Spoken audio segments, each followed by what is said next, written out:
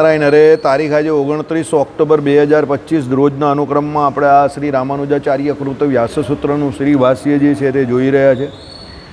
અથા તો બ્રહ્મ જિજ્ઞાસા એ પ્રથમ સૂત્ર જે છે એનું આપણે અત્યારે આ ભાષ્ય જોઈ રહ્યા છે. એમાં ગઈકાલે આપણે જોયું કે ભાઈ જગતગુરુ રામાનુજાચાર્યએ એવું સાબિત કર્યું કે આત્મા જે છે તમે એને ફક્ત જ્ઞાન સ્વરૂપ કે જ્ઞાન માનો છો કે જ્ઞેય માત્ર એટલે જ્ઞપ્તિ માત્ર માનો છો, તો આત્માની કે જગતના બીજા કોઈ પણ તત્વો હોય એની સાબિતી જ્યારે પણ તમારે આપવી હોય કે એના તમારે પુરાવા આપવો હોય તો ધર્મ વગર કોઈ પણ કે લક્ષણો વગર કોઈ પણ પદાર્થના તમે પુરાવા નહીં આપી શકો, એની ઓળખાણ ના આપી શકો.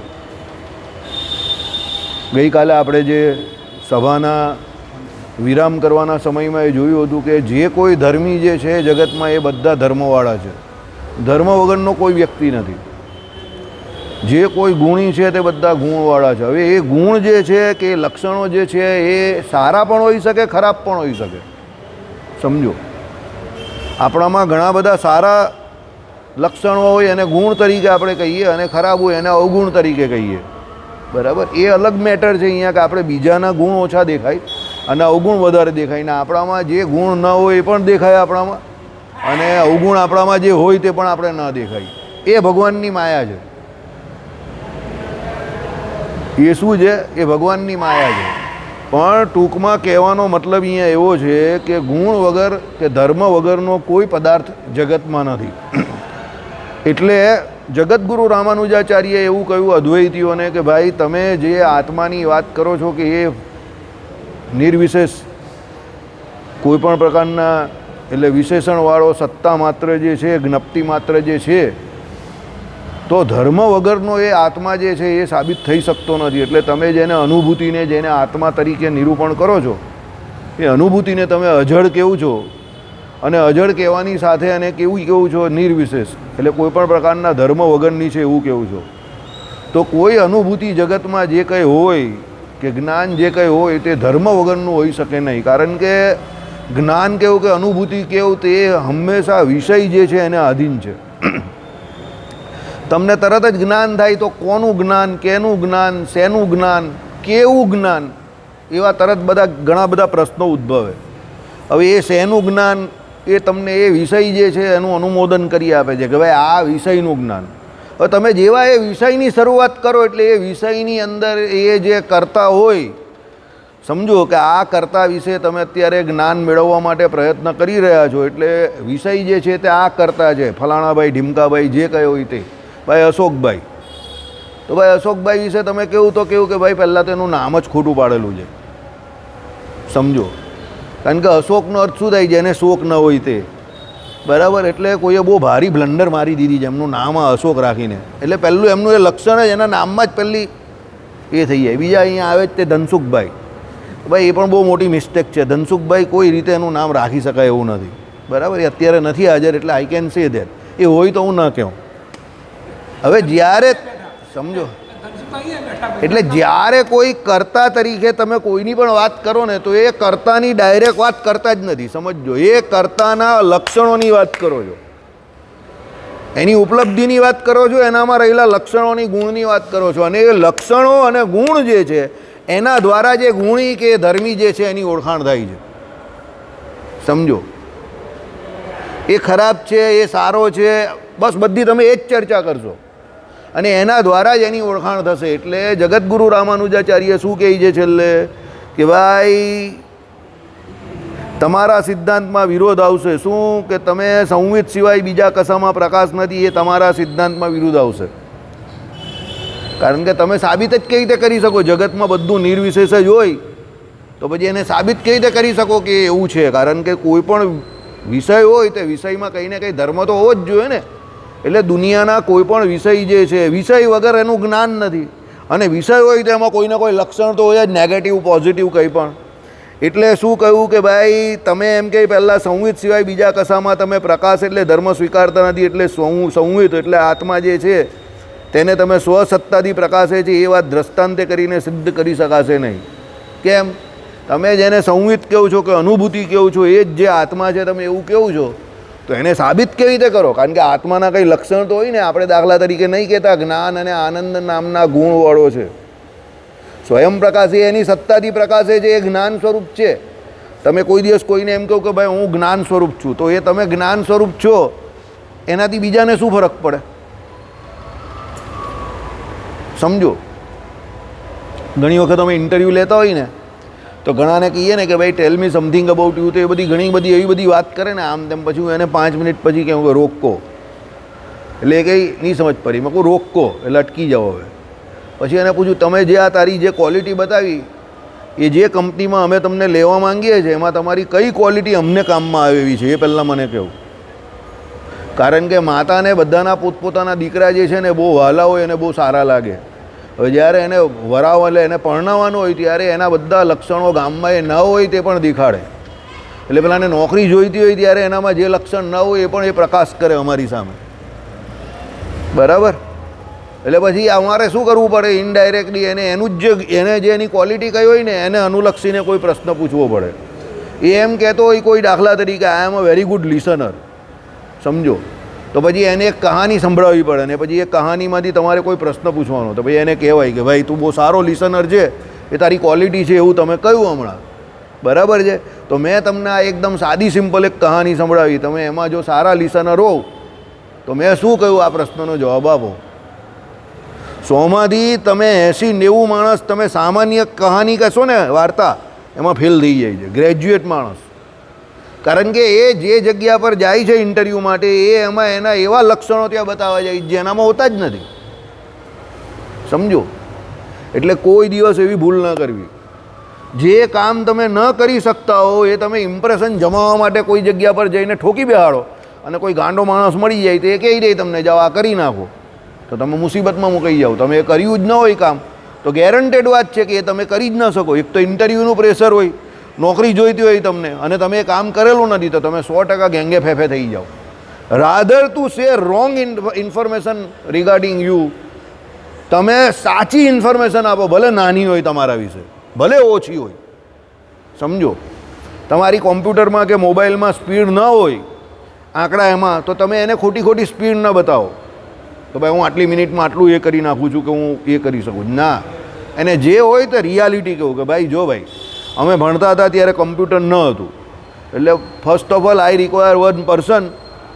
એ માણસ મારી જે ઇન્ફોર્મેશન હોય તે મને આપે. હા, ડિસિઝન મેકર હું છું, એટલે I can take decision, A ability મારામાં છે, પણ ઇન્ફોર્મેશન હું એની પાસેથી લઈશ.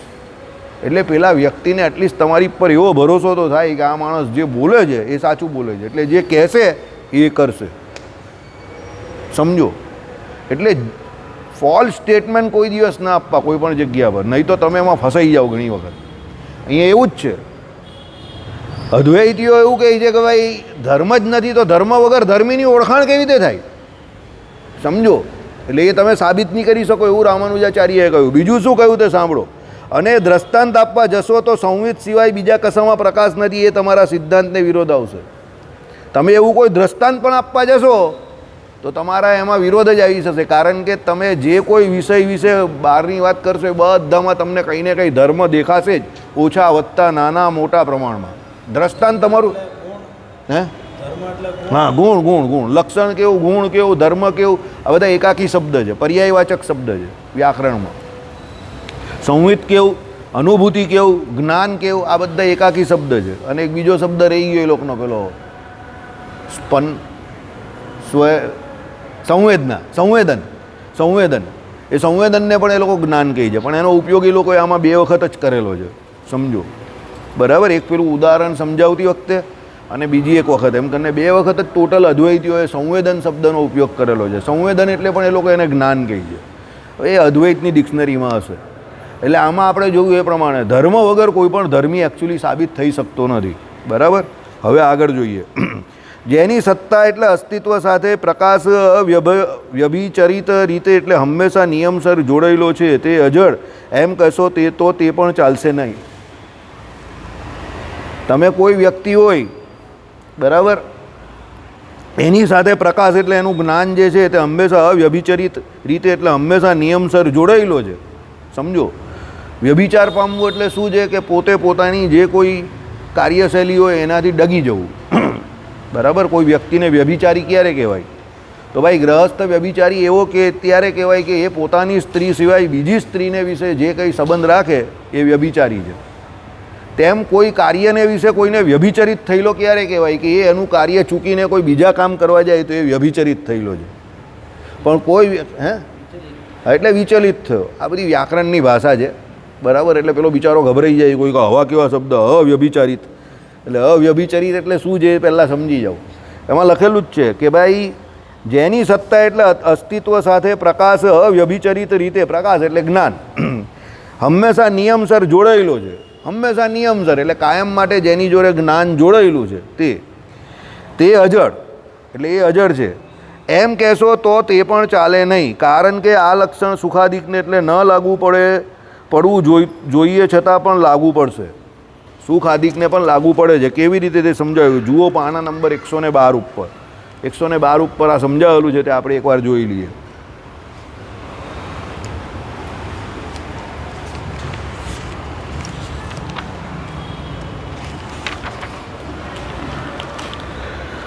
ઓકે, 112 નંબર ઉપર આ પેલી ભેદ મિથ્યા છે એની જ વાત કરેલી છે કે ભાઈ ભેદ વ્યવહાર એ લોકો માનતા નથી, એ જ વાત કરેલી છે.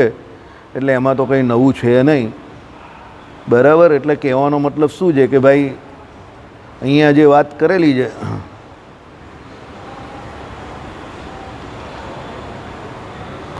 ભેદ મિથ્યા, કારણ કે અનિરૂપ્ય, એટલે એ લોકોએ જે ભેદને મિથ્યા કયો છે એની 112મા પાના પર વાત છે. મારે પાછું જોઈ લેવું પડશે. 112મું પાનું જ છે ને.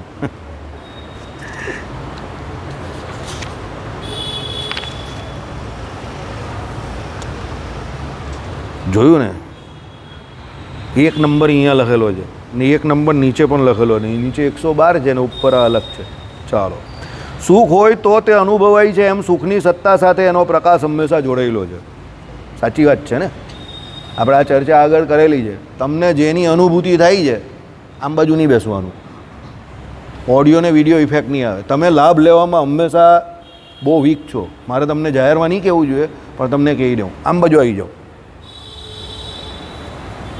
આમ બાજુ, હજુ આમ બાજુ, હજુ આ બાજુ, હજુ આ બાજુ. તમે વ્યવહારમાં પણ એટલે છે ને જોઈએ એવી પ્રગતિ નહીં કરી શકતા. મારે કહેવું નહીં જોઈએ. 40 વર્ષથી તમને હું ઓળખું છું પણ હું આ કાયમ માર્ક કરું છું. તમે લાભ લેવામાં બહુ નબળા વ્યક્તિ છો. ને અહીંયા બેઠેલા બીજા જે છે ને તે પોતાનો લાભ નહીં લે હોય ને તો પણ લઈ લે એવા છે. ક્રેડિટ અને લાભ, આખી દુનિયામાં લોકો લાભ અને શ્રેય માટે ભૂખા છે. સમજજો, લાભ માટે એ ભૂખા છે કે જેને એવું છે કે બીજા બધા લાભ ખાટી જાય છે ને મને મળતો નથી. અને શ્રેય માટે એ ભૂખા છે જેના કામ થાય છે પણ એને એની ક્રેડિટ નહીં મળતી, શ્રેય નહીં મળતો. લોકો પૂછતા નથી. એટલે લોકો મને જાણે, લોકો મને પૂછે. આપણે 3 પ્રકારની પેલી જે વાત કરેલી ને, ઈષણાની વાત કરેલી ને, પુત્રેશના, લોકેશના અને ધનેશના. એટલે જે બરાબર વિત્તેષણા જેને કહેવાય, આપણે તો ધનેશના જ કહેવાનું એને. તો પેલાને બરાબર સમજ પડે. વિત્તેષણા બહુ ઊંચો શબ્દ છે, બરાબર. આવા ઘણા લોકો હું જોઉં છું કે જે જીવનમાં એટલે પાછળ બેકફૂટ પર રહી જાય કે એ લોકો લાભ લેવામાં જરા સ્લો હોય છે. ચેષ્ટા અહીંયા બોલાતી હોય, બધા ત્યાં પ્રસાદ લેવા જાય ને પછી તમે છેલ્લે આવો. બીજા લોકો પોતે તો ખાઈ જાય પણ એના ઘર માટે બી ઉલકાઈને નીકળી જાય. તમે સમજો. એટલે તમે લાભ લેવામાં બહુ વીક છો. દુનિયા અત્યારે એવા લોકોની નથી, બરાબર. મેં તમને શું કહ્યું ખબર? મારું ઓબ્ઝર્વેશન છે ને એ બધી જગ્યા પર હોય પણ હું અબ્દુલ નથી. અબ્દુલ નથી એટલે ખબર તમને, પંચાત નહીં કરું હું. મારું ઓબ્ઝર્વેશન બહુ પાવરફુલ રહી. મને બધી ખબર પડે કોણ શું કરે છે શું નહીં. મને એ પણ ખબર હોય કે કોણ કેટલો સત્સંગને વફાદાર છે, કોણ કેટલો મારે વફાદાર છે, કોણ કેટલો બીજાને વફાદાર છે. મને બધી જ સમજ પડે પણ હું બોલું બહુ છું. પણ આજે મારે તમને એટલે કહેવું પડ્યું કે તમે કાયમ આવીને આ બાજુ બેસો છો. 3rd ટાઈમ મેં તમને દિવાળી પછી તમે 3 વખત આવ્યા, 3 વખત આ બાજુ બેસો છો. એટલે પછી મારે કહેવું પડ્યું. કહેવું નહીં હતું તો પણ કહેવું પડ્યું, બરાબર. એવું ના કરવાનું. જે વસ્તુ આપણે ડિઝર્વ કરતા હોઈએ, સમજો કે આ વસ્તુ મારી પોતાની છે કે મને મળવી જોઈએ, આ હું ડિઝર્વ કરું છું, તો એ લાભ લેવામાં કોઈ વાંધો નથી. નહીં તો શું થાય ખબર? જે નોન ડિઝર્વિંગ હોય ને, જેને એ લાભ મળે એવું ન હોય, એની એમાં યોગ્ય રીતે એની યોગ્યતા ન હોય, એવો વ્યક્તિ એ જગ્યા પર આવી જાય. એટલે એકચ્યુઅલી આપણે આપણી જાત જોડે અન્યાય કરીએ છીએ, આપણા પછીની આપણી પેઢીઓ એની જોડે અન્યાય કરીએ છીએ, અને પેલા લોકો જે નથી યોગ્ય એ લોકો એ લાભ લઈ ગયા, એટલે એ સૌથી મોટો સમાજ જોડે અન્યાય છે. કારણ કે પછી એ જગ્યા પર એ બેસશે જે અયોગ્ય છે, તો એ અયોગ્ય વ્યક્તિ કોઈ દિવસ યોગ્ય વર્તણૂક ન કરે, કારણ કે એ અયોગ્ય છે. સમજો. હરિપ્રકાશ શાસ્ત્રી અહીંયા જ્યારે નથી હોતા ત્યારે એક અહીંયા ભાઈ બીજા માઇક પકડીને કથા કરવા બેસે છે, બરાબર? એકચ્યુઅલી એ યોગ્ય છે? હવે યોગ્ય માણસ બેસતા નથી એટલે એ બેસે છે.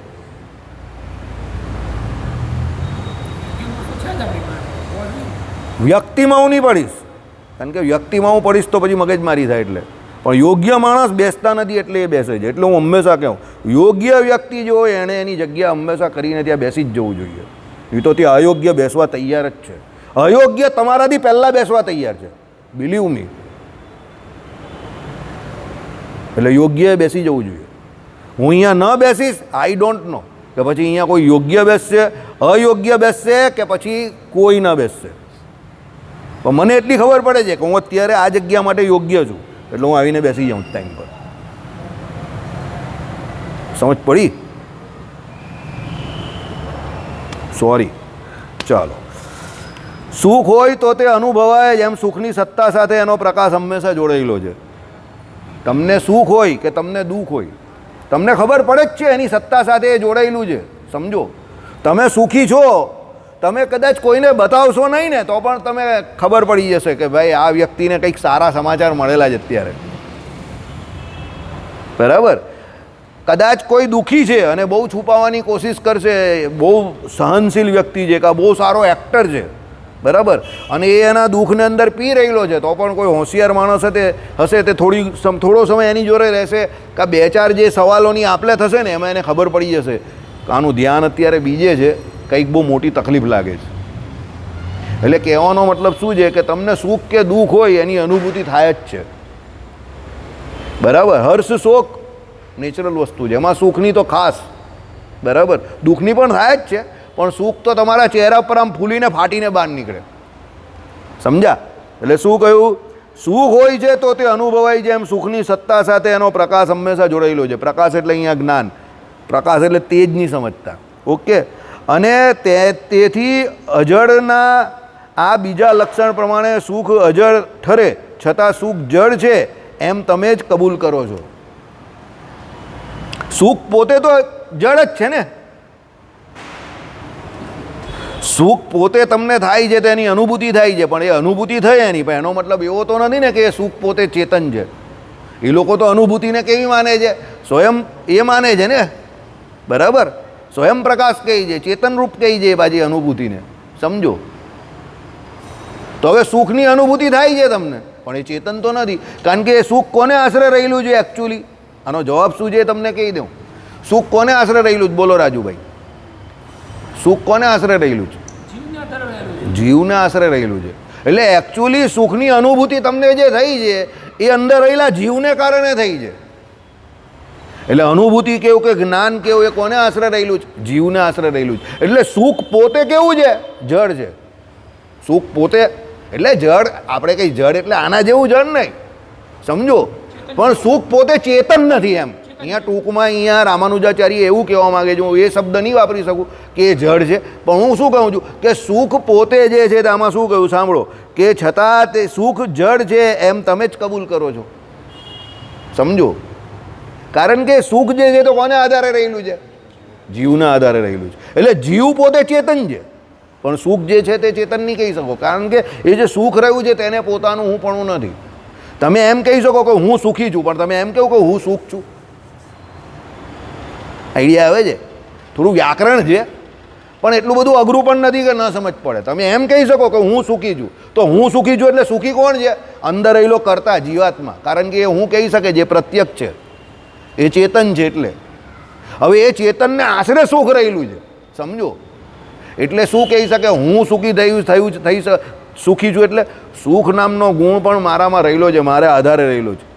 એ વસ્તુ અલગ મેટર છે કે જે તત્વ તત્વજ્ઞાની વ્યક્તિઓ એને બહાર રહેલી કોઈ પણ ઘટના દુર્ઘટના જોડે કોઈ લેવા દેવા નથી અને એ પોતે પોતાના સુખે કરીને સુખીઓ થાય છે. એટલે અહીંયા રામાનુજાચાર્યે એવું કહ્યું કે ભાઈ સુખ જે છે એની તમને અનુભૂતિ થાય છે, એટલે એનું તમને જ્ઞાન થાય છે. બરાબર છે. એટલે તેથી અજળના બીજા લક્ષણ પ્રમાણે સુખ અજળ ઠરે, છતાં તમે એ સુખ જે છે તેને તમે જ જળ કબૂલ કરો છો. એટલે સુખ પોતે કેવું છે? જળ છે. પણ વ્યક્તિ આત્મા પોતે જે છે એ કેવો છે? ચેતન છે. બરાબર. એટલે રામાનુજાચાર્યએ એ લોકોના કાન એ લોકોની રીતે જ પકડા. કારણ કે આમાં કેમ આવું કહ્યું એ તમને કહી દઉં, સમજો. સુખને કેમ એમણે જળની કેટેગરીમાં નાખ્યું રામાનુજાચાર્ય એ તમને પહેલાં કહું, સ્વીકારવા માટે. પહેલાં તો આ લોકો ભેદ સ્વીકારતા નથી. આમાં ભેદ સ્વીકારે સમજો તો બીજો એક ભેદ આવીને ઊભો રહી જાય, એટલે એ લોકો ભેદ તો સ્વીકારવાના નથી. તો આ સુખ કે દુઃખ કે જે અનુભૂતિ થાય છે તે કોને થાય છે? હવે એ લોકો તો એ આત્માને જ કહે, તો આત્મા પણ દુઃખી, તો દુઃખી આત્મા પણ ઠરે ને પછી. તો દુનિયામાં એવું તો તમને દેખાતું નથી કે બધા લોકો સુખી જ દેખાય છે. દુઃખની અનુભૂતિવાળા તો વધારે છે. બરાબર છે. તો એ અનુભૂતિ કોને આશરે રહે? અનુભૂતિ જ્ઞાન જ છે. તો એ આત્માને આશરીને જ રહીને.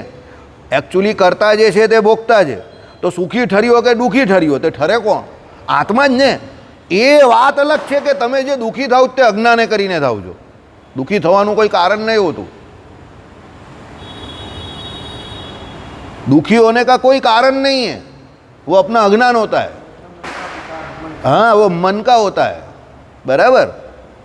बाकी आदमी 100 रुपया 200 रुपया कमा के भी सुखी हो सकता है और अब्बज पति पण दुखी થઈ શકે છે. સમજો.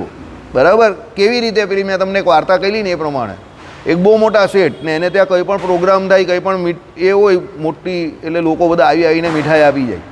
અને જેમ જેમ લોકો મીઠાઈ આપતા જાય છે તેમ તેમ એના ચહેરાના હાવભાવ ઉડતા જાય. અને પેલો એનો ડ્રાઈવર જે છે તે આમામ આમામ કરતો ખુશ થતો જાય. કારણ કે શેઠને ત્યાં બધાને શું હતું?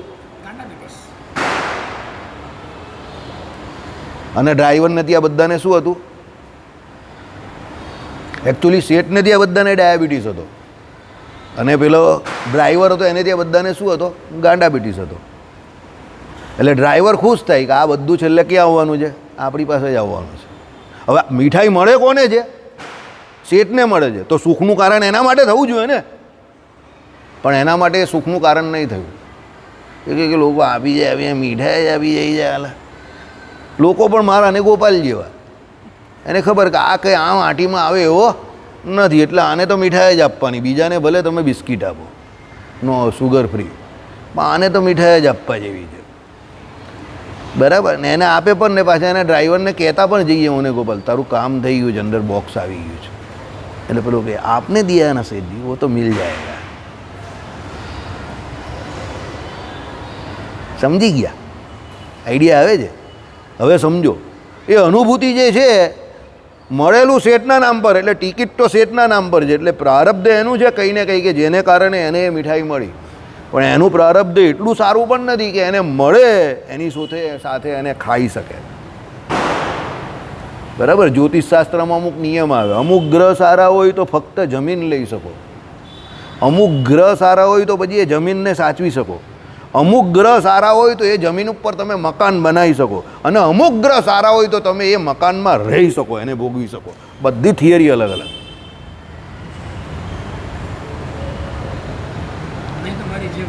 બાકી નહીં તો શું થાય? તમે જમીન રાખો, આખી જિંદગી તમે એને સાચવો, અને પછી કોઈ મસ્ત પ્રારબ્ધવાળો માણસ આવે અને મસ્ત ભાવ વધેલો હોય ને જમીનના 50-100 કરોડ રૂપિયા થઈ જાય અને એ શાંતિથી એને વાપરે ને આખી જિંદગી એની મસ્તીથી જાય. અને પેલો આખી જિંદગી રાહ જોઈને ગયો, જમીનનો ભાવ વધશે, અહીંયા ટીપી પડવાની છે, અહીંયા ટીપી પડવાની છે. ટીપી તો પડે નહીં પણ એ પડી જાય.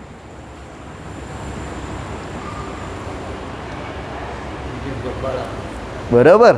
એટલે મારી બા એક કહેવત કહેતી હતી, ભાગ્યશાળીને ત્યાં ભૂતરા રડે, આંધળો દરે ને કૂતરો ચાટે. સમજી ગયા? કહેવત બહુ જોરદાર છે. ભાગ્યશાળીને ત્યાં ભૂતરા રડે, ભૂતરા રડે ને, ભૂત એ રડે, આંધળો દડે ને કૂતરા ચાટે. આંધળો પેલો દડતો જ જાય, દડતો જ જાય, દડતો જ જાય. એને એમ કે કેટલું દળી નાખ્યું. બાજુમાં કૂતરાઓ બેઠેલા જ હોય, કૂતરાઓએ એક જ શરત રાખી હોય ચાટવાનું છે પણ અવાજ કરવાનો નથી.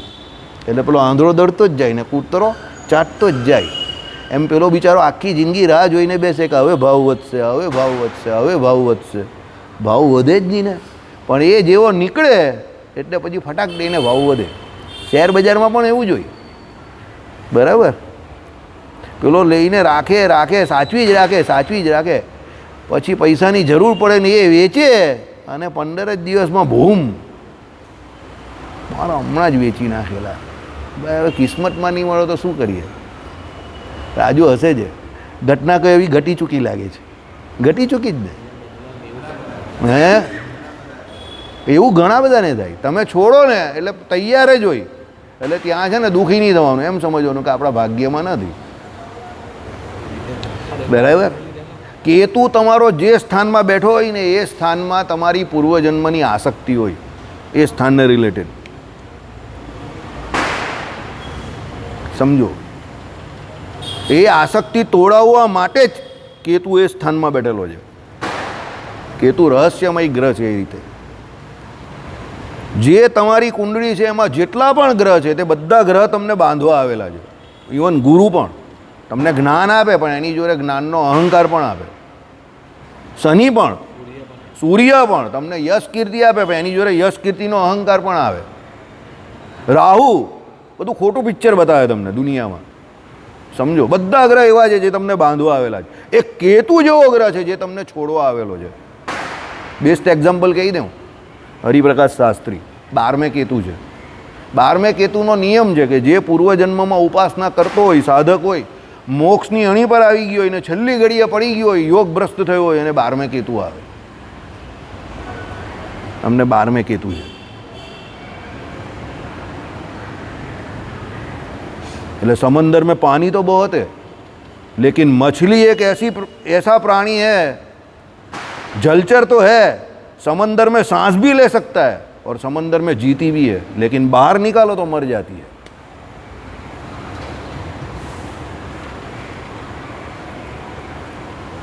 આખો સમુદ્ર બગડી ગયો હોય, બધું હોય, પણ પાણીમાં અંદર જે માછલી જીવવાની તે જીવતી હોય, તે જીવતી જ રહી. સમજી ગયા તમે? એટલે કેતુ એક એવો ગ્રહ છે જે સ્થાનમાં બેઠો હોય એ સ્થાનને રિલેટેડ તમને પૂર્વજન્મની બહુ મોટી કોઈ આસક્તિ હોય. એટલે કેતુ તમને કહે છે કે આ સ્થાનને લગતી જે કંઈ આસક્તિ જે છે ને એ છોડી દે. ને કેતુનો નિયમ છે, જ્યાં સુધી તમે એની આસક્તિ નહીં છોડો ને ત્યાં સુધી એ વસ્તુ તમને નહીં મળે. જે સ્થાનમાં હોય એનો, જે સ્થાનમાં કેતુ બેઠો હોય તમારો, એ સ્થાનને રિલેટેડ તમે ગમે એટલા પ્રયત્ન કરો એ નહીં મળે. પણ તમે એને છોડી દો ને, હાટ નહીં જોઈતું હવે, એટલે પછી તમારી એ નજીક આવે. કેતુ તમારી આસક્તિ તોડાઈ નાખે. જેવી આસક્તિ તૂટે એટલે પછી કેતુનું ફળ મળવા માંડે. પણ જ્યાં સુધી તમે એની રાહ જોઈને બેસો, આસક્તિ રાખો, ત્યાં સુધી એ કેતુ તમને બરાબર નીચુએ. જ્ઞાનનો ગ્રહ છે ગુરુ અને કેતુ. હવે કોઈની કુંડળીમાં ગુરુ કેતુ હોય તો ગુરુ જ્ઞાન આપે, પણ ઉપાસના જે છે તે કે પછી તપશ્ચર્યા કેવું કે ઉપાસના કેવું કે તમે એને શું કહેવું, એક પ્રકારની સ્થિતિ, એ સ્થિતિ જે છે તે કેતુ આપે. એટલે જ્ઞાનની દ્રષ્ટિએ, આચરણની દ્રષ્ટિએ જે જોવા જાય ને તો ગુરુ કરતાં પણ કેતુ જે છે ને તે બહુ મજબૂત ગ્રહ છે. હકીકતમાં જે ત્યાગ ને વૈરાગ્ય હોય ને એ કેતુવાળાને થાય. 1000 પ્રદક્ષિણાઓ કરવી, આવા આટલા લોકો જોડે રહીને પોતે પોતાના હિસાબે નિયમબદ્ધ રીતે શાસ્ત્રમાં જે પ્રમાણે હોય એ પ્રમાણે ચાલવું, ભજન કીર્તન કરવું, પોતાનું શ્રેષ્ઠ જે કંઈ છે તે કથા વાર્તામાં આપવું, કેતુનું લક્ષણ છે. બરાબર? એટલે ઘણા લોકો છે ને એવું જાણી જોઈને જ છે કે ભાઈ કેતુ એવો આવે એનો 4, 8 કે 12 કે જે એને આ દુનિયામાંથી બહાર કાઢે. બરાબર? એટલે અલગ અલગ પ્રકારના દુનિયામાં આ પ્રમાણે જ્ઞાન છે. જેને જગતનું જોઈએ છે એ એવું વિચારે કે ભાઈ આ યાર આ તો જગતને છોડાવે છે, કે આ તો આસક્તિ તોડાવે છે, તો એ તો આપણે ઉલટી દુઃખી કરે છે. પણ જેને એવું છે કે જગત ઓલરેડી દુઃખનું જ કારણ છે, તો આને કારણે આપણું આ દુઃખનું કારણ જ મટી જાય એવું છે, તો એવું વિચારે કે આને એક્ટિવ કરવા જેવો છે. ભલે થોડું દુઃખ કે તકલીફ પડશે પણ આપણે અહીંયાથી બહાર તો કાઢશે ને, કાયમ માટે આ કાયમ માટે તો દુઃખ નહીં રહેશે ને એમ સમજો. આ કામ કેતુ કરી શકે, બરાબર. એટલા માટે ઘણી જગ્યા પર આવા બધા જે લોકોને જોયા જેને આધ્યાત્મિક રીતે આગળ હોય એને એ લોકોના કેતુઓ મજબૂત હોય. એટલે એવી જગ્યા પર બેઠા હોય ગુરુ કેતુ, શનિ કેતુ, જ્યાં મંદિરે જેટલા લોકો આવતા હોય ને એ બધાને આવી બધી યુતિ બહુ હોય. ગુરુ કેતુ, શનિ કેતુ, આવું બધું બહુ હોય. પહેલે કેતુ હોય, આવું બધું બહુ હોય. ચાલો, જો તમે એમ કહેતા હો કે સુખાદિકની સત્તા અસ્તિત્વ સાથે એનો પ્રકાશ હંમેશા જોડાયેલો છે એ ખરું, પરંતુ એ ઘટની માફક અન્યની તરફ પ્રકાશે છે અને તેથી જળ હોય અનાત્મા છે, તો અમે પૂછીએ છીએ કે ત્યારે શું જ્ઞાન પોતે પોતાની તરફ પ્રકાશે છે એ પણ અન્યની તરફ? હું શબ્દનો અર્થ જે જ્ઞાતા તેની તરફ પ્રકાશે છે. જેમ હું સુખી છું એમ કહીએ છીએ, તેમજ હું જાણું છું એમ કહીએ છીએ. માટે પોતાની તરફ જ પ્રકાશવા રૂપી જે અજડત્વ તે સંવિતમાં અસિદ્ધ છે. પહેલાં આપણે આપણું સમજી લઈએ, પછી એ લોકો જે કહે છે એ વધારે સરળતાથી સમજી શકશું. સંવિત એટલે અનુભૂતિ, સમજો. હવે હું જાણું છું તમે જ્યારે એવું કહો છો, બરાબર, તો ત્યારે તમે જે એમ કહો છો કે ભાઈ જેમ હું સુખી છું કહીએ છીએ તેમજ હું જાણું છું કહીએ છીએ, માટે પોતાની તરફ પ્રકાશવા રૂપી જે અજડત્વ તે સંવિતમાં અસિદ્ધ છે. સંવિત એટલે અનુભૂતિ. એ અનુભૂતિ કોઈ દિવસ આવું કહી શકતી નથી કે હું અનુભૂતિ છું કે હું જાણું છું. આપણે ઊંધેથી ચાલુ કરીએ એટલે તમને સમજ સરળતાથી પડી જશે. આત્મા એવું કહી શકે છે કે હું જાણું છું. કોને જાણું છું? તો ભાઈ આ કમલભાઈને જાણું છું, આ જોનિલભાઈને જાણું છું, આ વિશાલભાઈને જાણું છું, આ પાંडेजीને જાણું છું. પાંडेजी है ना आपका सरनेम? हाँ, पांडेजी है. आपका बच्चा अभी नहीं आ रहा है? कहाँ चला गया? घर पे चला गया. हाँ, अभी वैकेशन में आता है, वो अक्सर आता है, सभा में भी आता है. वो आपका समर वैकेशन होता है उसमें भी आता है और दिवाली में भी आता है कभी कभी. बराबर, अब दिखता नहीं है इसीलिए पूछा. બરાબર. આ ભાઈને જાણીએ છીએ આપણે, મેહુલભાઈ. આ સંજયભાઈને જાણીએ, એમના રજામાં સત્સંગનો લાભ લે છે, બાકી બહુ સારા તત્વવેત્તા છે. દીપકભાઈને જાણીએ છીએ, બરાબર. પેલા જયપ્રાજીને જાણીએ છીએ. રાજુભાઈને તો જાણીએ જ છીએ, પણ વધારે રાજુભાઈ વિશે હવે કંઈ કહેવું નથી, બરાબર. તો રાજુભાઈ મને મારવા આવશે. ઓકે. એટલે હું સુખી છું કે હું જાણું છું એ જે આપણે ઉક્તિ કરીએ છીએ ત્યાં હું પોતે પોતાની અંદર એક પ્રકારનો જ્ઞાન નામનો ગુણ રહ્યો છે એ બાબતને વ્યવહારે છે. હું જાણું છું, હું એટલે હું જોડે એ જ્ઞાન રહ્યું છે. જાણું છું તો સામે રહેલા વિષયને જાણું છું. તો એ જાણું છું કોને લઈને છે? તો હુંને લઈને છે. મૃત વ્યક્તિ કોઈ દિવસ એવું કહી શકતો નથી કે એવું દર્શાવી શકતો નથી કે હું જાણું છું. તો એ હું તો પોતે આત્મા છે, એટલે એ આત્મા આવું અભિવ્યક્ત કરી શકે છે કે હું જાણું છું એમ. એટલે જ્ઞાનનો પ્રકાશ જે છે તે એની સાથે જોડાયેલો છે. પણ પેલી અનુભૂતિ જે છે, સંવિત જે છે અદ્વૈતીઓની, એ કોઈ દિવસ હું જાણું છું કે હું કહું છું બે શબ્દ હું સુખી છું એવી અભિવ્યક્તિ કરી શકતી નથી. આટલામાં એ આવું કહેવા માંગે છે. 4 લાઈનમાં જે અઘરી ભાષામાં જે એણે સમજાવ્યું ને, સત્તા માત્ર ને સુખી ને આ ને તે, એનો કહેવાનો અર્થ એવો છે કે પેલી સંવિત જે છે, જે લોકો અદ્વૈતીઓ જેને આત્મા કહે છે કે અનુભૂતિ જે છે, તે કોઈ દિવસ પોતે એવું કહી નહીં શકતી કે હું સુખી છું કે હું જાણું છું. એટલે એનામાં એ હું પણ રહ્યું નથી, પણ આત્મામાં હું પણ રહ્યું છે. બરાબર. તું પણ દિવસે અહીંયા કાલે ત્યાં બેસજે અંદર, પછી પેલા દરવાજાની અંદર ચાલ્યો જજે.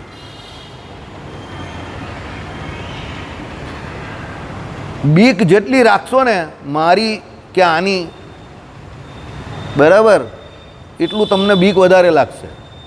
સમજી જાઓ. 50 વર્ષ જૂનો ડાયલોગ છે. 50 વર્ષ જૂનો ડાયલોગ છે. કયો ડાયલોગ છે? हाँ, जो डर गया समझो मर गया. डर खुद हमसे डरना चाहिए कि ये क्या बीच में आ गया. बराबर. ડરને આપણે ડરાવવાનો છે. કેવી રીતે? એનો સામનો કરવાનો છે. પછી તમે ડરતા જાઓ, આમ બેસો આમ બેસો આમ બેસો, તો પછી તમે સીધા અહીંયાથી ફૂટબોલ બહાર. સમજો. સામે જ બેસવાનું. ન આવડે તો વધારે સામે બેસો ઉલટી. એટલે મને કદાચ એવો કોન્ફિડન્સ આવે કે ભાઈ આને કેટલો કોન્ફિડન્સ છે, તો આને તો આવડતું જ હશે. સાહેબ કહે કે આ ભાઈ જબરા ફસાવે છે બધાને. અત્યાર સુધી એવી ઘટના ઘટી નથી, બરાબર. ઘણા લોકો એવી તો કોન્ફિડન્સથી મારી સામે આવે, બેસે, બોલે, પણ વચ્ચે પણ પકડાઈ તો જાય જ. સંજયને ખબર છે, સમજો, બરાબર, પકડાઈ જાય. એટલે એ કંઈ હું બેસું એટલે નહીં, કોઈ પણ અહીંયા બેસતો હોય તો પકડી જ લઈ. રોજે રોજનો રોજ અનુભવ હોય ને એટલે પકડાઈ જાય. એમાં બીજું કંઈ ખાસ કંઈ વિશેષ મારામાં નથી. જે બેસતો એ પકડી શકે. મતલબ મેં રોજ આવવો જોઈએ. એને એ વ્યક્તિનો ને આ વિષયનો અનુભવ એટલે એને ખબર પડી જાય કે આ વાત કે આ વિષય આને આવડે એવો નથી, આ ખાલી આહા કરે છે, સમજો. એને ખબર પડી જ જાય તો, બરાબર. ચલો, તેથી પોતા પ્રતિ પોતાની સત્તા થકી જ સિદ્ધ થતો અજળ એવો હું પદાર્થ પોતે તે જ આત્મા છે. આવી ગયું. શું કહ્યું? પોતા પ્રતિ પોતાની સત્તા થકી જ સિદ્ધ થતો. ભાઈ મારી સત્તા જ એટલે હું જે છે તે સાબિત કરવા માટે કોઈ મારે બીજાની જરૂર નથી, મારે મારી જ જરૂર છે. હું પોતે જ કહું કે હું કરી શકું છું, સમજો. મારે એ ચિંતા નહીં કરવાની કે બીજા એ કરી શકે જ કે નહીં કરી શકતા, કે બીજા શું કહેશે. એ હું કરી શકું છું, એ મને ખબર છે. આઈડિયા આવે છે? એટલે હું મારી સત્તાને જાણું છું, અને એ સત્તા થકી જે હું અંદર રહ્યો છું, જ્ઞાન નામનો ગુણ મારામાં રહ્યો છે, અને એ મારામાં જ્ઞાન નામનો ગુણ રહ્યો છે કે હું પોતે જ્ઞાતા છું, કે મારું જ્ઞાન સ્વરૂપ છું. એની હાજરી કે એની સાબિતી કોણ આપશે? હું પોતે જ. વક્તાની બાજુમાં બીજા એક વક્તા બેસી ગયા છે, એનું સ્વાગત કરો, બરાબર. આ ભાઈ ચાઇનીઝ ભાષામાં તમને તત્વજ્ઞાન સમજાવી શકે છે. ઇઝ એક્સપર્ટ ઇન ચાઇનીઝ, બરાબર. એટલે તમને જ્યારે એવું લાગે કે તમારે ચાઇનીઝ ભાષામાં કોઈ સવાલ પૂછવો છે, તો કોઈ પણ ઊંચી સવાલ હોય તમારો, તો તમે આ ભાઈને પૂછી શકો છો. એક્સપર્ટ છે ચાઇનીઝમાં અને બહુ મોટા તત્વવેત્તા છે. ઘનશ્યામ મહારાજની પાછળની સભામાં તો એમને આચાર્ય નામની પદવી આપેલી જ છે. આપણી પાસે તો એ બાજુમાં જ બેસે છે, એટલે આચાર્ય છે હવે, બરાબર. એટલે બહુ જ્ઞાની વ્યક્તિ છે. જો મારે પણ છે, વક્તાને પણ મારે જવા આવશે કે વક્તાને મારે છે, બરાબર. એટલે હા, જિનપિંગના ભાઈ છે. જિનપિંગ જે કંઈ બોલે એની ભાષામાં, તે આ ભાઈ સિવાય આખા ઇન્ડિયામાં કોઈને સમજ નહીં પડતી, બરાબર. મોદી સાહેબને સમજ નહીં પડતી, આ ભાઈને સમજ પડે છે. ચાલો, એટલે પોતા પ્રતિ પોતાની સત્તા થકી જ સિદ્ધ થતો અજળ એવો હું. અજળ એવો હું એટલે ચેતન. હું પદાર્થ પોતે જ આત્મા છે. જ્ઞાન પ્રકાશે છે તે પણ હું, એટલે હું રૂપી આત્માની સાથે સંબંધને લીધે જ. તમને જે વસ્તુનું જ્ઞાન થયું તે અંદર આત્મા રહ્યો, તે આત્માને લીધે જે જ્ઞાન થયું ને, એટલે જ્ઞાન તમારું તમને એવું લાગે કે જ્ઞાન સ્વયં પ્રકાશ છે, પણ એ જ્ઞાન સ્વયં પ્રકાશ કોને લઈને છે? પેલો આત્મા સ્વયં પ્રકાશ છે એટલે છે. કારણ કે આત્માની હાજરીથી જ્ઞાનનું પણ સ્વયં પ્રકાશ પણ કહ્યું. કેમ? આત્મા સ્વયં પ્રકાશ છે એટલે, સમજો. બાકી જ્ઞાન કંઈ અધર પધર નહીં રહેતું, આમ પેલું હવામાં અધર. જ્ઞાન કોને આધારે રહેલું છે? અંદર રહેલા આત્માને આધારે રહેલું છે. અને જ્ઞાન જે રહેલું છે તે અંદર જ રહેલું છે, વિષય બહાર છે. યાદ રાખજો, 100માંથી 98 માણસને જેને આ તત્વજ્ઞાન ન ખબર હશે એને ખબર નહીં પડતી કે જ્ઞાન અંદર રહેલું છે. એ એમ જ કહે છે બહાર જ્ઞાન રહેલું છે. જ્ઞાન અંદર રહેલું છે, અને જ્ઞાન તમારું પોતાનું છે, સમજજો. જ્યારે પણ તમને કોઈ વિષયની માહિતી મળશે તો એનું જ્ઞાન જે થશે તે તમને પોતાને પોતાના જ્ઞાન દ્વારા, એટલે પોતાના આત્મા દ્વારા જ થશે, બીજાના આત્મા દ્વારા ન થશે. જ્ઞાન તો તમારું પોતાનું જ છે. બીજો એ વિષયમાં પારંગત છે એટલે તમે એ વિષય વિશે જાણવા માટે એની પાસે જાઓ છો, પણ જે જ્ઞાન જે છે, જે જાણપણું છે તે તમારું છે. એનું જાણપણું તમને તમારા વિષયને કે એના વિષયને જાણવા માટે કાફી નથી. એના જાણપણાથી એ વિષયને એણે જાણ્યો, પણ જ્યારે તમે જાણવા જાઓ છો એ વિષયને, ત્યારે તમારા જાણપણાનો ઉપયોગ થાય છે, એટલે તમારા આત્માનો ઉપયોગ થાય છે. એટલે માસ્તર ભણાવવાવાળો ફિઝિક્સ, કેમેસ્ટ્રી, બાયોલોજીવાળો એક જ હોય, પણ ટોપર વિદ્યાર્થી જે નીટની અંદર 600 માર્ક કે 600 ઉપર લાવનારા હોય તે બહુ ઓછા હોય. કારણ કે બધાના અલગ અલગ જ્ઞાનનો ઉપયોગ થાય જ ને, સમજો. અને એ બધા પોતપોતાના જ્ઞાન દ્વારા પેલા સાહેબ જે ભણાવે છે એને શીખવાનો પ્રયત્ન કરે છે. એટલે એ વેરિએશન કે જે કંઈ તમે જે કહો તે પ્રમાણે જુદાપણું આવે છે. બાકી જો એ સાહેબના જ જ્ઞાનથી બધા જાણતા હોય તો પછી બધાના 720 નહીં આવી જાય. સાહેબના તો 720 આવે એવું હોય. સમજ પડે છે હું જે કહેવું છે એમાં? બાઉન્સર નહીં નાખતો, ઘણાને બાઉન્સર જાય એવું છે, સમજો. સાહેબ પોતે એ વિષય જાણે છે. સાહેબ દાખલા તરીકે ફિઝિક્સ ભણાવે છે, બરાબર છે. અને સાહેબ એમાં કહે છે કે ભાઈ જ્યાં સુધી બાહ્ય બળ ન લાગે ત્યાં સુધી સ્થિર પદાર્થ સ્થિર રહી છે અને ગતિમાન પદાર્થ ગતિમાન રહી છે. ન્યૂટન્સ પહેલો નિયમ. હવે સાહેબને તો એ આવડે જ છે અને સાહેબે આમ કરીને શીખવાડી દીધું ઢોલ મારીને કે જો આ બહારથી મેં બાહ્ય બળ લગાવ્યું બરાબર, તો આ સ્થિર પદાર્થ જે હતો તે સ્ટેજ પર હતો તો સીધો ખુરશી પર ચાલ્યો ગયો. અને બીજો જે ક્લાસમાંથી ભાગી જતો હતો ગતિમાન પદાર્થ, તો સાહેબે બૂમ પાડી એ, એટલે પેલો ગતિમાન પદાર્થ હતો તો સીધો ગતિમાંથી સીધો અંદર આવીને સ્થિર થઈને બેસી ગયો. સાહેબ કે જો ન્યૂટનની ગતિનો પહેલો નિયમ મેં તો સાબિત કરી નાખ્યો. હવે ત્યાં બેઠેલા જે કોઈ 50 છોકરા હતા એ બધાને એ પ્રમાણે લખવાનું આવ્યું, પણ 50-50 એવું લખી શકે છે? હવે સમજો, સાહેબના જ્ઞાનથી લખવાનું હોય તો 50-50 લખી શકે, પણ જ્ઞાન કોનું છે? પેલા બધા 50-50નું છે. એટલે બધાના જ્ઞાનમાં ફરક હોય એના જીવને કારણે, એટલે બધા એ પ્રમાણે ડિલિવર કરી શકતા નથી. સિમ્પલ વાત છે ને. હું અહીંયાની જ આપને વાત કરું, આ આપણું ચાલે છે. હું એમ નહીં કહેતો કે બધાને સમજ પડી, પણ હું એમ પણ નહીં કહી શકતો કે બધાને સમજ નહીં પડી. પણ જો હું એમ કહું કે તમને બધાને સમજ પડી છે તો હું પછી બીજો પ્રશ્ન પૂછું કે આવી રીતે બીજો કોણ સમજાવી શકે? તો પછી તકલીફ. પછી બહુ ઓછા સમજ પડી, હું એમ કહું તો કદાચ 80% કહી કે ના સમજ પડી, પણ પછી હું એમ કહું કે આ પ્રમાણે એને સમજાવવાનું છે, એ કામ એનું છે, તો પછી એ ટકા સીધા 10-20% પર આવી જાય. સમજ પડે છે હું જે કહું તે? હવે સમજો, હું જે પ્રમાણે કે રામાનુજાચાર્ય જે પ્રમાણે અહીંયા કહે છે તો અહીંયા રામાનુજાચાર્યનું જાણપણું ચાલે જ ને મારું જાણપણું ચાલે જ. સમજો, એ જ પ્રમાણે સમજાવવાનું હોય તો પછી એ 10-20% થાય જ નહીં ને, 100% જ આવે. પણ જાણપણું જ્યારે સમજાવવાનું હોય ત્યારે કોનું હોય છે? તમારા બધાનું ઇન્ડિવિજ્યુઅલ હોય છે, એટલે એ વેરિએશન આવે છે. સમજી ગયો સંજય? આપણે ભૂમિકા ચાલેલી ને ત્યારે આટલું ક્રિસ્ટલ ક્લિયર નહીં હતું. આમાં શું હોય, તમે જે વિષય પર જેટલો પ્રયત્ન તમારા પ્રેક્ટિકલી ચાલતા રહે આ પ્રમાણે સમજો એક્સપિરિયન્સમાં, એ વિષય પર તમને ધીરે ધીરે ધીરે પ્રેક્ટિકલી ખબર પડતી જાય. પુસ્તકમાં તો બધું બરાબર જ છે, શાસ્ત્ર તો બધા શાસ્ત્રો યોનિત વાત એમને એમ થોડું કહ્યું, પણ તમને તમારા જીવનના જે કોઈ અનુભવ, તમારી ઉંમર અને એ પ્રમાણે તમે એને પ્રેક્ટિકલ લેવા જેમ જેમ લેતા થાવ ને એમ તેમ તમને વધારે ખબર પડે. મને આ ભાષ્ય ચાલુ થયું પછી આ શબ્દની ઓળખાણ પડી કે આમાં જે જાણપણાની વાત કરી છે એમાં ડિફરન્સિએશન કેમ કહ્યું છે. મને અત્યાર સુધી નહીં ખબર હતી કે વિષય બાર જે ખબર એ બધું હું સમજાવી શકતો હતો, પણ વેરિએશન જે આ જાણપણાને કારણે આવે છે એ મને હમણાં ખબર પડી અહીંયા બેઠો પછી. એટલે સમજાવવામાં પહેલાં એને સમજી ગયો હું હતો પણ એને સમજાવી નહીં શકતો હતો આટલું ક્લિયર. હવે મને એટલે અત્યારે સમજ પડી કહેવાય ને તો જ હું સમજાવી શકું ને કે એ જાણપણામાં બધાના અલગ અલગપણું છે. હવે એ અલગ અલગપણું કેમ છે એ સમજો, એ આપણા પૂર્વના કર્મને કારણે છે. હજુ તું ત્યાં બેસશે તો હજુ 2 જન્મ પછી પણ એવી જ હાલત થશે ને, હજુ તમે આમ બેસશો તો 2 જન્મ પછી એ જ હાલત થશે. પણ આમ સામે આવી જશો, ડરને કા નહીં, ડર કે આગે જીત હે, નહીં તો ચીટ હે. કાં કોઈ ચીટિંગ કરી જાય, કાં કોઈ જીતી જાઓ તમે એમ, પણ એ તમે સામે રહેશો તો જ એ ડર નીકળશે. ડરવાનું કોઈ દિવસ નહીં. સમજો, કોઈનાથી પણ ન ડરવું. અધર્મથી ડરવું ને ભગવાનથી ડરવું. ભગવાનથી એટલે ડરવું કે ભાઈ આપણે ભગવાન થઈ જવાના નથી, અને અધર્મથી ડરીને ચાલશું તો આ બધી ભગવાન આપણે સમજ પાડશે. કારણ કે જે અધર્મી વ્યક્તિ છે એને આત્મા પરમાત્મા સંબંધી જ્ઞાનમાં કંઈ તપ્પો પડે નહીં, એને એમાં ઇન્ટરેસ્ટ જ નહીં જાગે.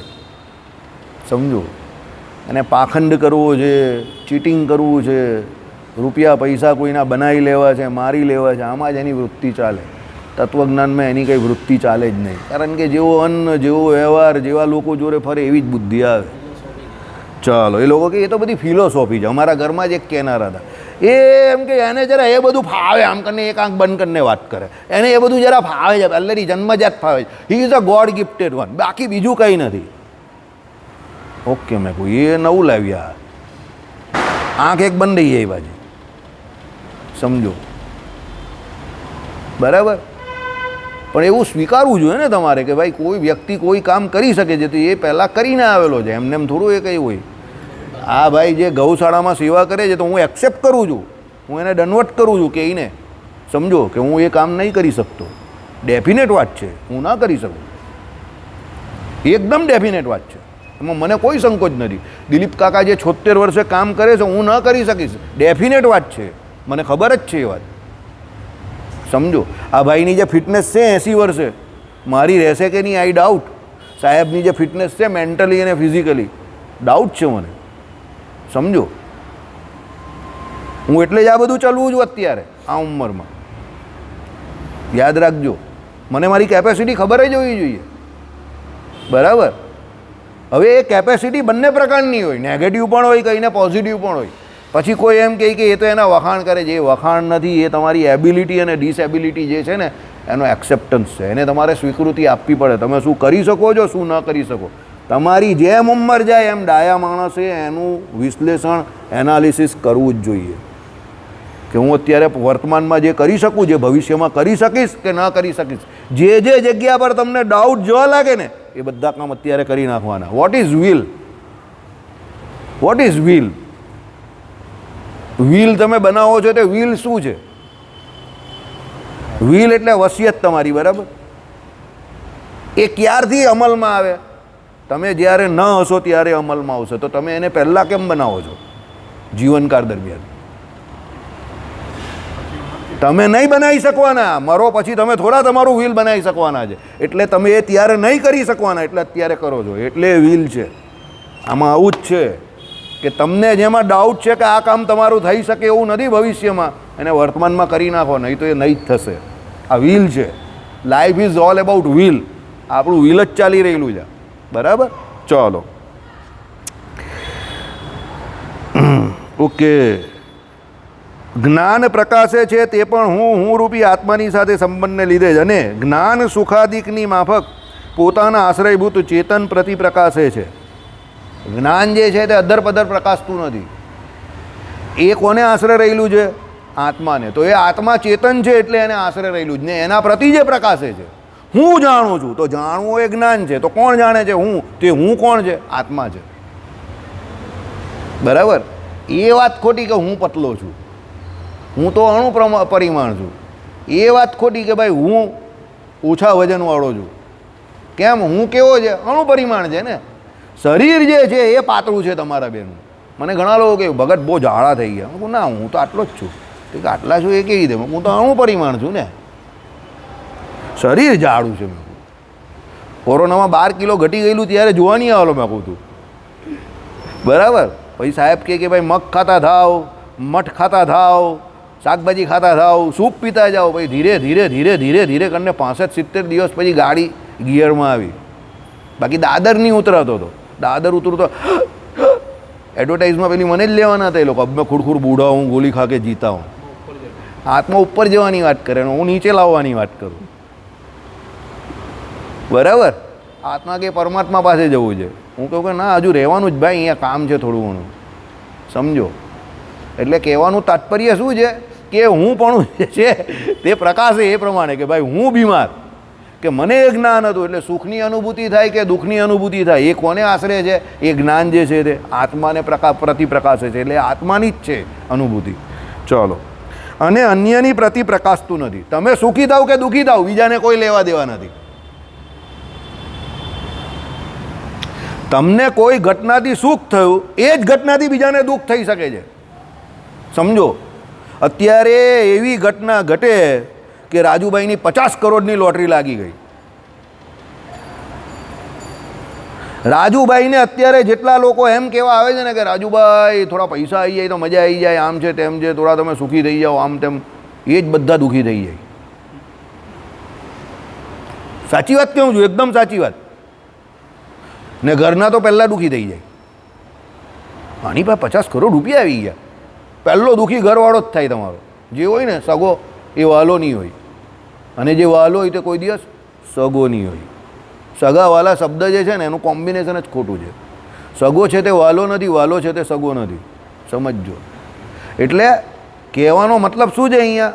તમારી પાસે જે કંઈ સુખની પ્રાપ્તિ તમને થઈ એવું લાગે છે કે આ 50 કરોડ આવવાથી તમે સુખી થયા, તો એ જ ઘટના કોઈ બીજા માટે 100% દુઃખી થવાની છે. એ દુઃખી થશે એનાથી.